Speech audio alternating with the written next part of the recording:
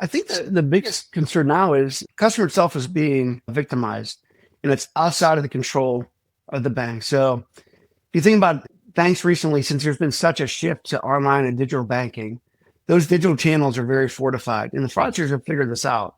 So now what do? Is they blast out 10,000 text messages to people, hoping they click on a link to either steal their credentials or get them to call the threat actor pretending to be from the bank. And again, they're going to give up their username and password. The threat actor might already have the username and password, but they're trying to get that one-time passcode. You're listening to Behind Enemy Lines. In each episode, we'll explore advanced fraud fighting strategies with experts battling financial crime every day. Discover what it takes to stay one step ahead of the most sophisticated fraudsters. Ready to sharpen your defenses? Let's get started.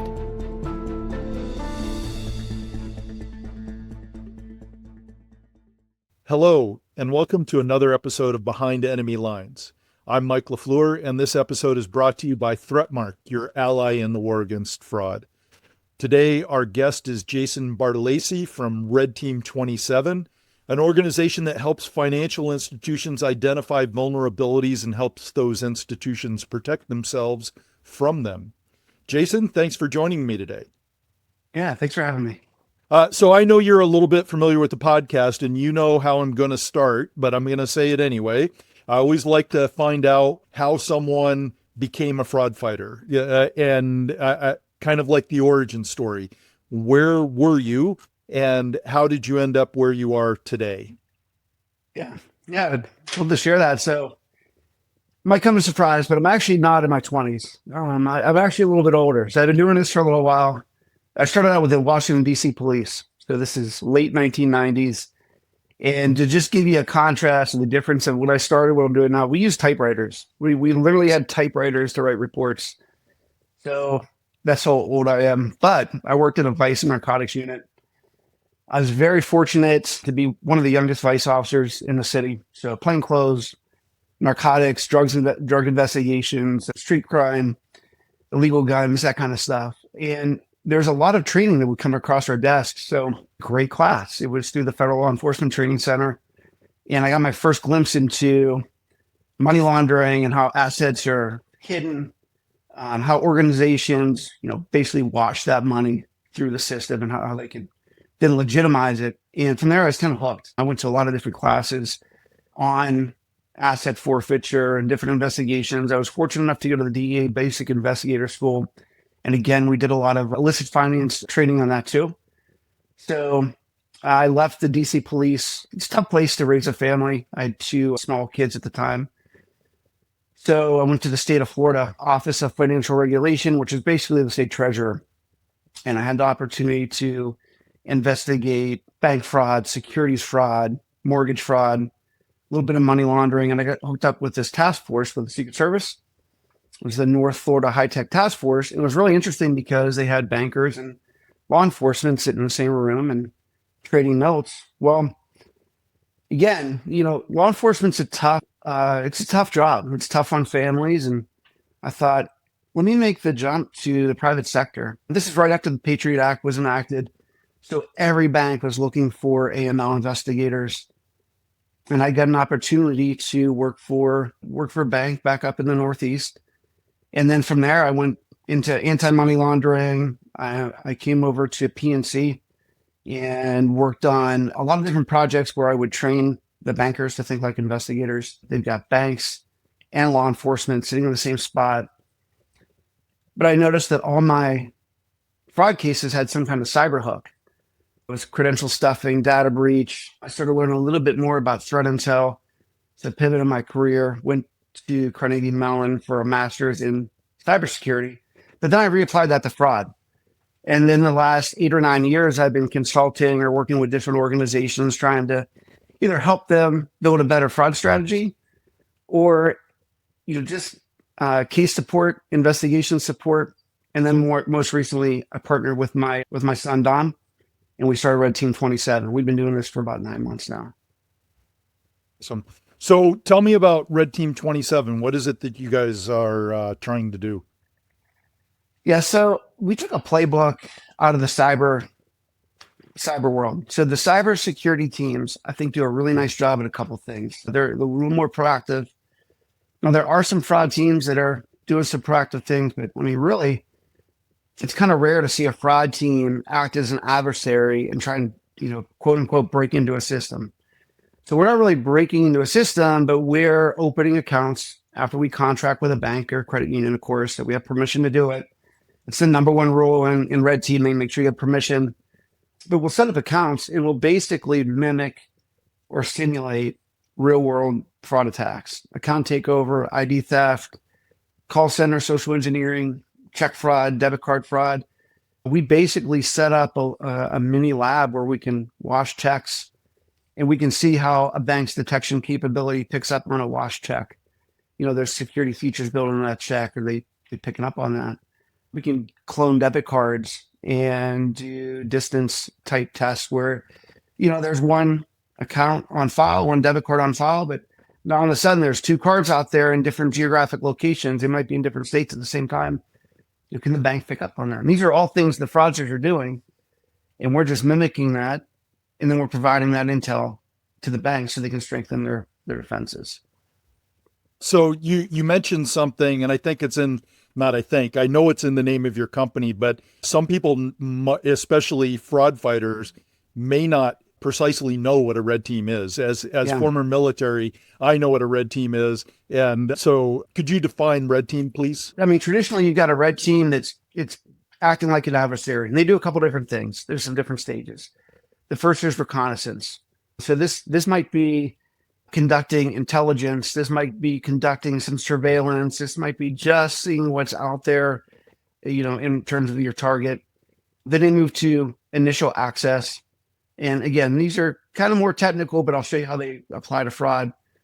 The next thing that a traditional red team does is lateral movement. So once they're inside a system, they see if they can move around, see what else they can access, see what other controls they can bypass or beat. And then the goal is to exfiltrate data or delete data or add, update, delete a database. And then they write a report. And how we took that concept, we still do our reconnaissance. And, we can talk a little bit more about this later too, but, the threat intelligence piece, I think, is the most important. So you have to understand how the fraud works.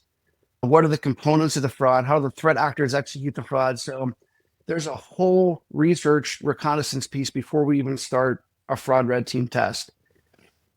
And then from there, we'll basically attack every touch point that a customer would have. So you've got your online application for a checking account or debit card. Then you've got your access. How do you log into the account? You've got mobile, web, you can call center. So those are all different channels that we can also access, similar to the cyber red team with their initial access. Lateral movement, I think that's more applicable to updating contact information, updating payees on account, adding authorized users to a credit account. And when we do that, we're documenting the process. And then we're moving money. So we might do some suspicious transactions that are out of character for this particular account. And keep in mind too, not everything we do is designed to beat a control and defraud. A lot of it is just documenting the process, because sometimes there's controls in place, or sometimes, a fraud team thinks, oh, this is how an online application works. But then when you document it and it's missing some pieces, that's also valuable too. So it's really painting that big picture on how an account works, how you can set it up. And then we move into the exploits where we're actually, writing bad checks, cloning debit cards, and social engineering the call center. Yeah. So just to reiterate, a red team is good guys who are acting like bad guys and trying to exploit vulnerabilities in defenses. And that's what you guys are doing.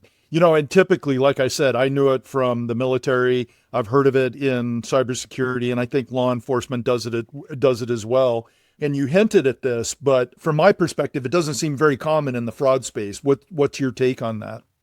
Yeah, it's not. There's not too many people out there doing this. Now, I have seen some little glimmers of hope because there are a few internal red team tests for some big banks.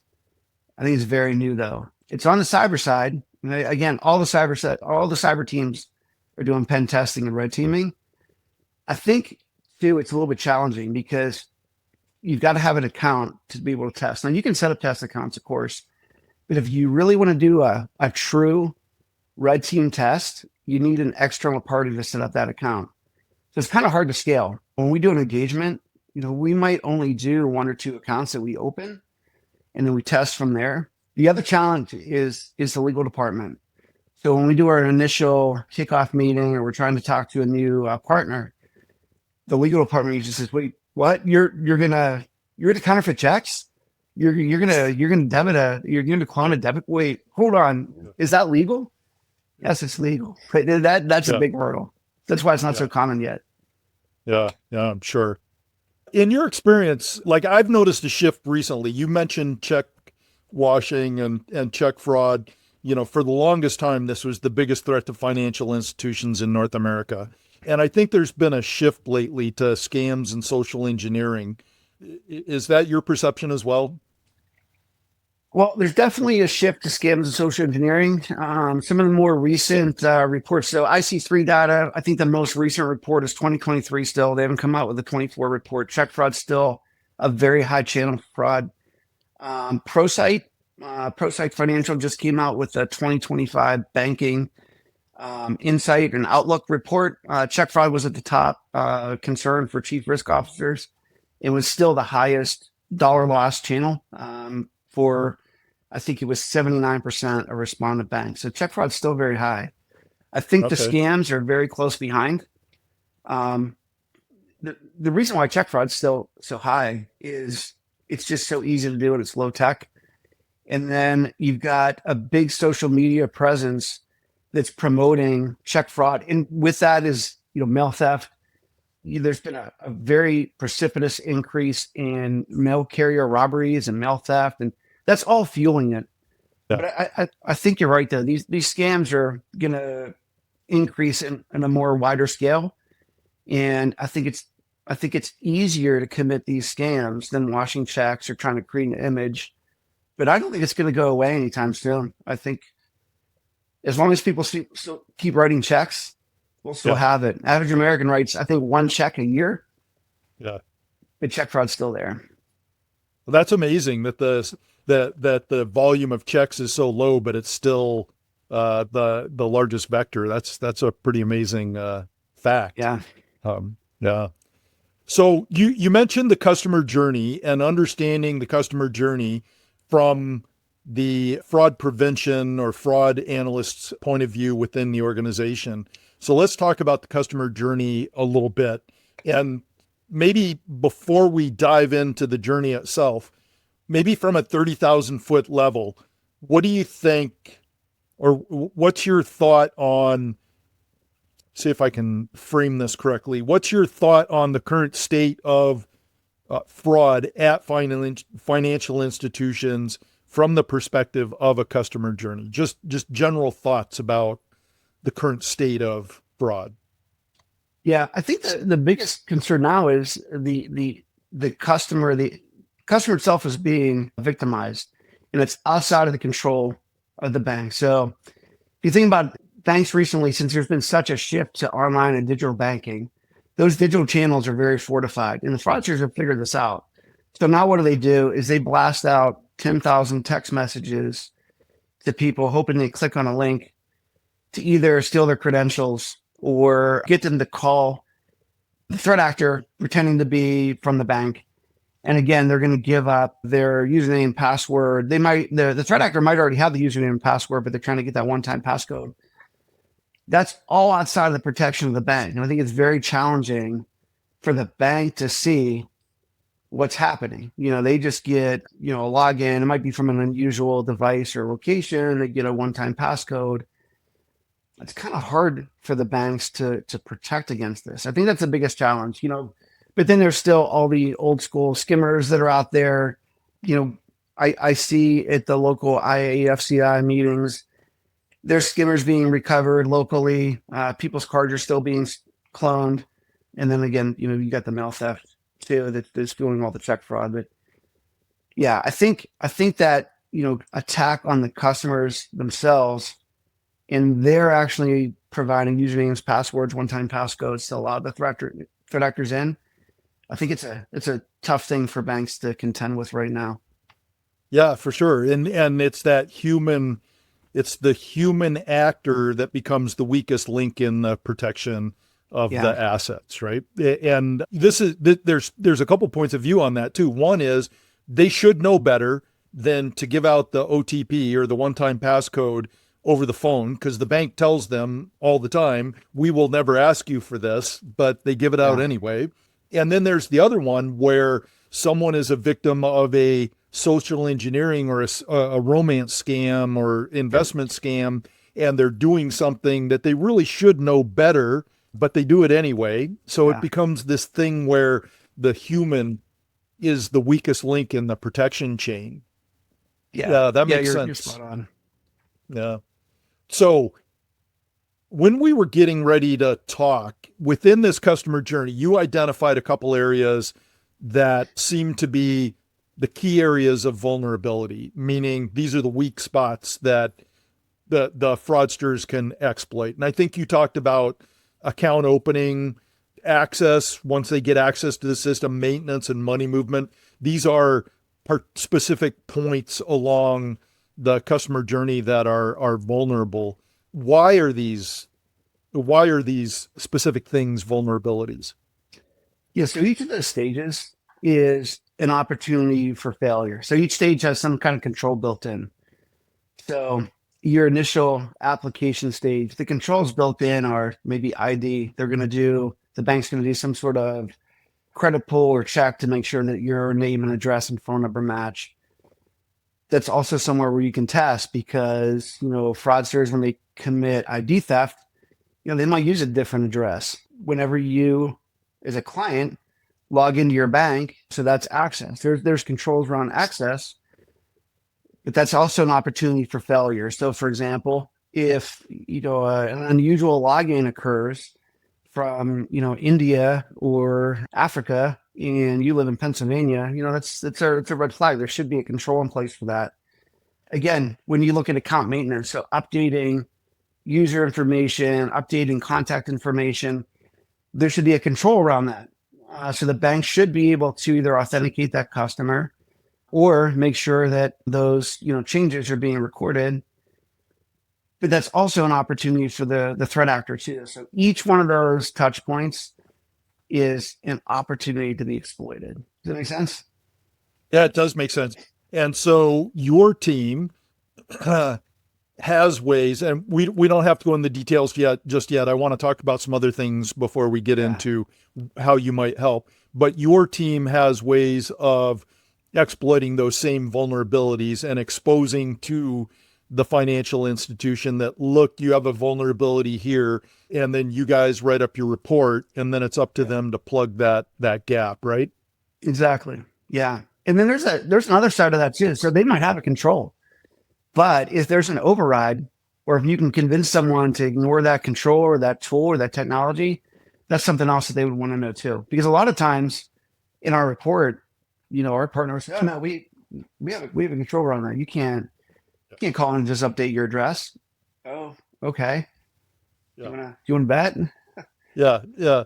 So this brings us to something else that I think we should talk about, right? So there's all kinds of social engineering, right? And when we think of social engineering, we might think of the customer or the member of the credit union or the customer of the bank being the one that's being socially engineered. But what I heard you just say is like, look, we can actually social engineer some of the controls within the financial institution. Is that Yeah, correct?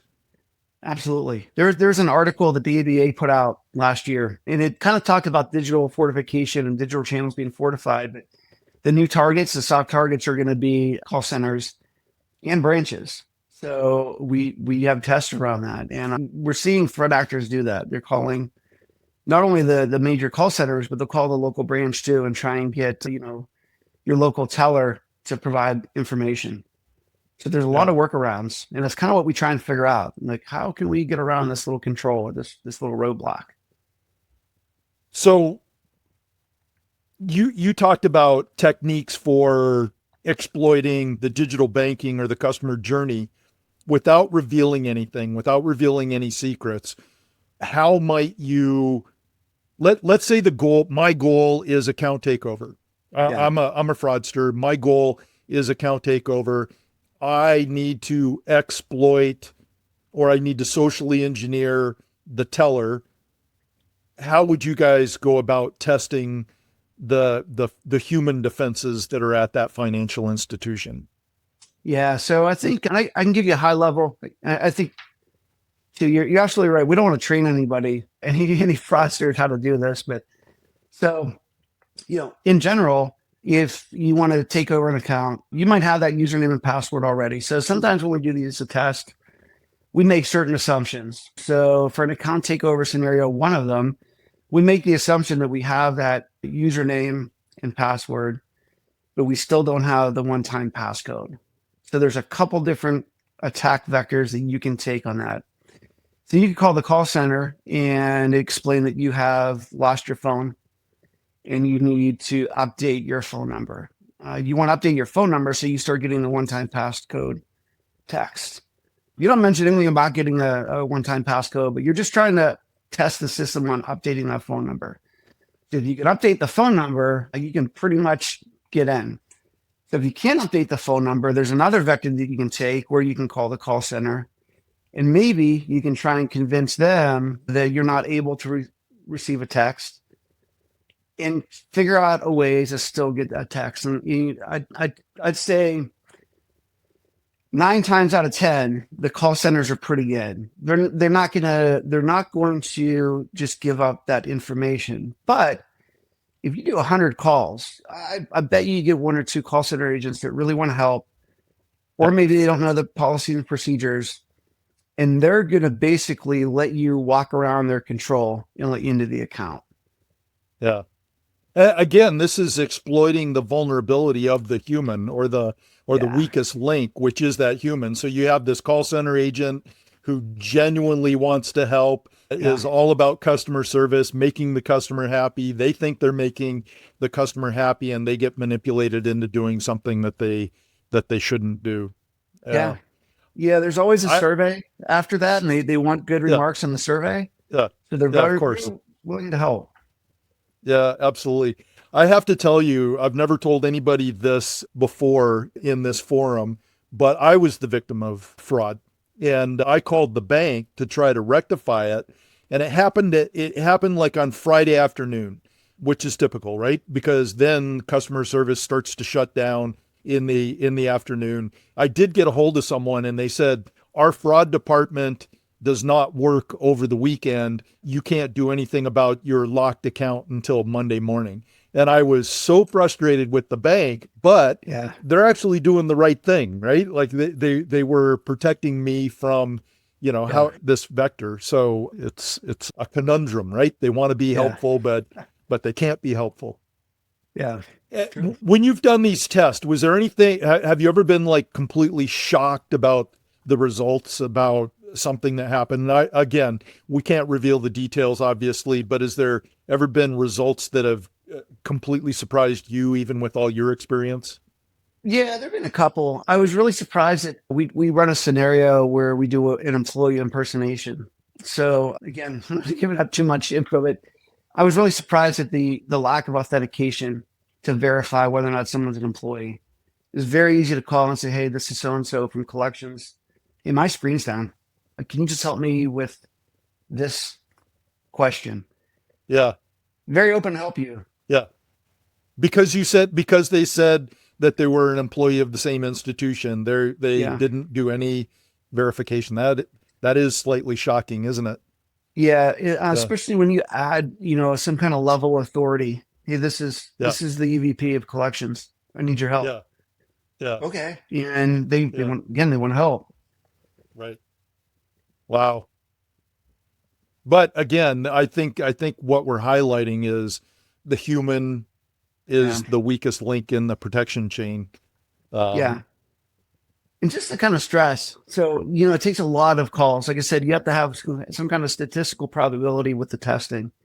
So it might take you 100 calls. In most of the time, the call center agents are pretty good at verifying who you are. But you can find that one who might not be following procedures. That's one you're kind of looking for. And then you provide training to that call center agent. Yeah. So one of the things we'll do is we'll circle back around with our results, and then we'll train branch personnel and call center personnel and say, hey, this is what we did. Here's what went wrong. Here's your procedures.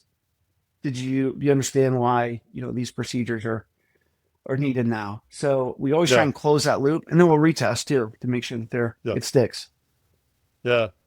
Yeah, that makes sense. I mean, that it shouldn't be punitive, right? It should be an opportunity to train and strengthen. I'll be honest with you. Sometimes I feel pretty bad if I social engineer a call center agent because they're so nice. I'm like, oh man, I don't want them to get in trouble. Right. Yeah, makes sense. So I think we're going to switch gears just a little bit, and we're going to start to wind down. So you've talked a lot about potential areas where fraudsters could be successful based on those weaknesses that you identified. What are some things that are working really well that institutions have nailed it, and this is not a problem anymore because they have fixed the situation or the exploit? Yeah. Well, I think just in general, the institutions that are doing some proactive things. So fraud threat intelligence is kind of a newer concept. On the cyber side, there's a lot of cyber threat intelligence jobs, but these institutions that are out proactively researching how the fraud works, who's committing the fraud, what are the demographics, how can we build controls around that? That works really well. The second component to that, I think, is info sharing and collaboration. So again, the institutions that are part of these groups like FSISAC or ProSite or NCFTA, FCI has a great resource. It's kind of regionalized and localized, but you've got some regional groups that share information. Those teams that are collaborative and proactive are really staying ahead of the curve. I think the institutions that either are maybe smaller and they don't have a dedicated resource for that, it makes it very challenging for them. But yeah, these proactive teams, I think, are way ahead of the game, and their fraud losses probably show that. They're probably a little lower. Yeah. So you mentioned the smaller organizations that may not be as sophisticated yet. What would be your advice for their first steps towards getting this sophistication? What should they do first? Yeah, I think, probably just get a handle on their data. They need somebody to be able to tell them exactly what their fraud losses are. And then they could collaborate with some peers to help them articulate a fraud loss avoidance number. Because when you're trying to pitch to your senior management, hey, I need a fraud resource, or I need a fraud threat intelligence resource, it appears to be just the cost. But if you can articulate, here's how much money we save just by preventing 2 or 3 frauds, in addition to retaining customers and keeping that reputational image up, that's probably the first step. Second step is really building out a formalized fraud team. Most of these small little institutions, they always have a fraud or security or AML person, but they wear a lot of different hats. But yeah, there's definitely an opportunity for these smaller organizations to build up their fraud teams and maybe invest in some tech.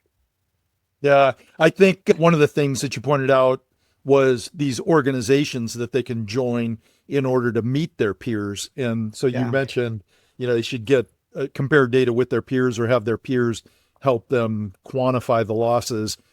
So join one of these organizations. One of the things I'm always struck by is preventing fraud is not a competitive advantage in the banking world, right? So they can work together, and they're willing to work together in order to fight this common enemy. Yeah, it's very true. So tight-knit group. Yeah. What do you think's next in fraud, right? If check is still there, it's going to start to diminish more, I think. Once we get to real-time payments, it's faster fraud. What do you think what do you see in the future? What's your prediction? Well, I mean, everyone's talking about AI right now. I think AI is going to make it just very easy to conduct fraud at scale. So just for example, one of our tests, we do an ID switch. We have a legitimate driver's license. I switch the picture and then I apply for an account with that. It took me about 3 hours to get the ID just perfect. There's AI tools like Pro KYC. I just saw another one on LinkedIn today where you can generate these IDs, in seconds. So it makes it that much easier. I think there's going to be less reliance on these identification verification tools for banks. 2 years ago was great. You had to log on with your phone, take a selfie, upload your ID, do a liveness test. Well, the AI tools are getting so good that they can basically mimic all those touch points that are trying to be tested. And, I also see it's much easier to be more technical. And what I mean by that is, 5-10 years ago, if you were an actual hacker or threat actor, you're probably very technical, well-educated. You sat at your computer for 20 hours a day. It was very difficult to do. Now there's a lot of tools out there that make this easy and automated. Even a guy that used to use a typewriter can probably now write a pretty decent script with some AI tools. So I think that's going to be the next challenge. It's just going to be fraud at scale, and it's going to move very fast. Yeah. One of the themes that I've heard in doing these talks is fraud as a service, like phishing sites as a service, documents as a service. So there's marketplaces that are, so the guy who used to work at the typewriter can go, as a service, buy these things, use ChatGPT to come up with the script. You're absolutely right. I think that's something to be a little bit concerned about. Yeah, and you make a great point too. You used to have to dig through the dark web to find these. And now there's Telegram, Facebook Marketplace has a lot of fraud information. There's Stix Marketplace. It's on the clear web. You don't even you can just Google that. So it's very easy to get to now too, unfortunately. Yeah. So it's easy and it can help you scale. So, so we're hitting up against time. So where could listeners go if they'd like to talk to you? Yeah, so I'm on LinkedIn a lot. I really like LinkedIn. Actually, you can get a lot of good open source intel on LinkedIn too. But Red Team 27 on LinkedIn, and then we have redteam27.com. It's a small company. It's just my son, Don, and me. We love working together, and we attend a lot of different conferences. So over the last year, I think I've been to 9 different countries. We presented a lot of local and regional conferences on fraud and cyber. We try and do a little bit of both, a little bit of cyber, a little bit of fraud, so we can talk to a lot of folks. But yeah, open invitation to connect on LinkedIn for anybody. Terrific. Before we close, any final word of advice that you would offer a financial institution? Yeah, a couple things. I really like the direction of fraud threat intelligence as its own entity, not just kind of using a cyber threat intel person to provide info. I think if you look at the structure of most banks, it's kind of been stagnant for the last 20, 30 years. You've got your cyber folks and who report to the CISO. You have AML people that might report up to a legal or compliance chain. And then you've got your fraud folks that might be in operations. They're still in silos. All these people need to talk daily, share information and collaborate. And then the final piece is to collaborate externally. Join a group, join a fraud group, join a consortium, go to conferences, meet people. That's really the best formula, I think, for combating fraud. Yeah. Thanks for that. Jason, thanks for joining us. I really appreciate you spending time with us. It's what you're doing is fascinating topic. Really appreciate the time and really enjoyed speaking with you on Behind Enemy Lines. Likewise, Mike. I really appreciate it. Thank you so much, sir. Thank you. Thanks for listening to this episode of Behind Enemy Lines. Be sure to subscribe wherever you listen to your podcasts so you never miss a conversation on fighting fraud. We'll see you on the next one.